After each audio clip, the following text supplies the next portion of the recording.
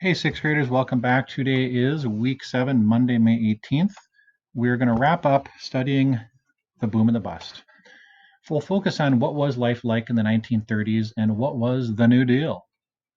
Today's assignment, I'm calling it a 1-2-1. So you'll do a search on the history of any topic in the slideshow. So the one is choose one topic from the slideshow, 2, research and report 2 things you learned, then 1, share your opinion. What did you like or disliked about it if you lived back then. And then remember, you'll be using this video or slideshow for the test at a later time. So let's start with President Hoover, one-term president. Now, he used the federal government a little, but not nearly what we're doing now when it comes to trying to solve a big problem like the Great Depression.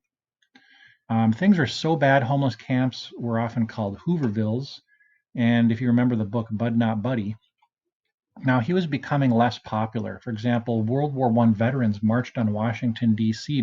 to demand their pension early, and his response was to call in General MacArthur and bring in the army. He basically torched the veterans' camps, and Hoovervilles often were getting destroyed or removed too. So a number of things were causing Hoover to become less popular.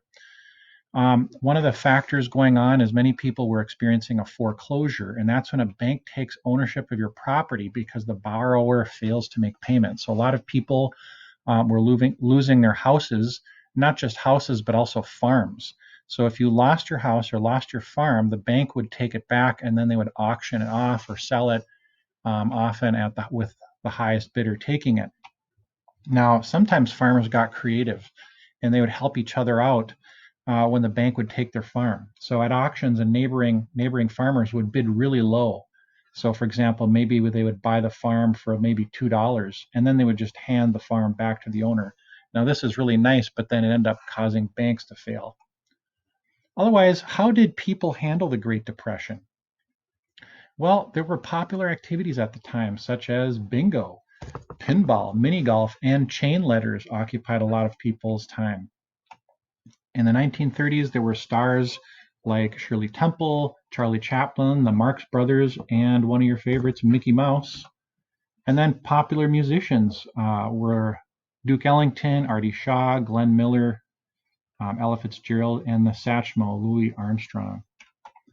And sports was also a big thing too, even though there's a Great Depression. Joe DiMaggio, Joe Louis, Lou Gehrig, Ted Williams, Jesse Owens. Here's Jesse Owens racing, and then when he was on the Olympic podium after winning his medal. Now, this is actually in Germany. So you can see there's this Heil Hitler salute going on with some Germans, but Owens ended up winning, kind of disproving Hitler's belief in this supposed supreme race of Aryan people, showing that African Americans are successful in sports, not just white people.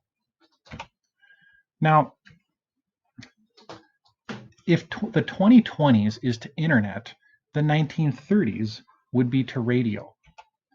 And people did not want to miss their radio shows. So, for example, there was one called Information Please, the Quiz Kids, Take It or Leave It. And of course, you couldn't just like record your radio show like people do for shows today or play it whenever you want. You had to be there or you missed your show.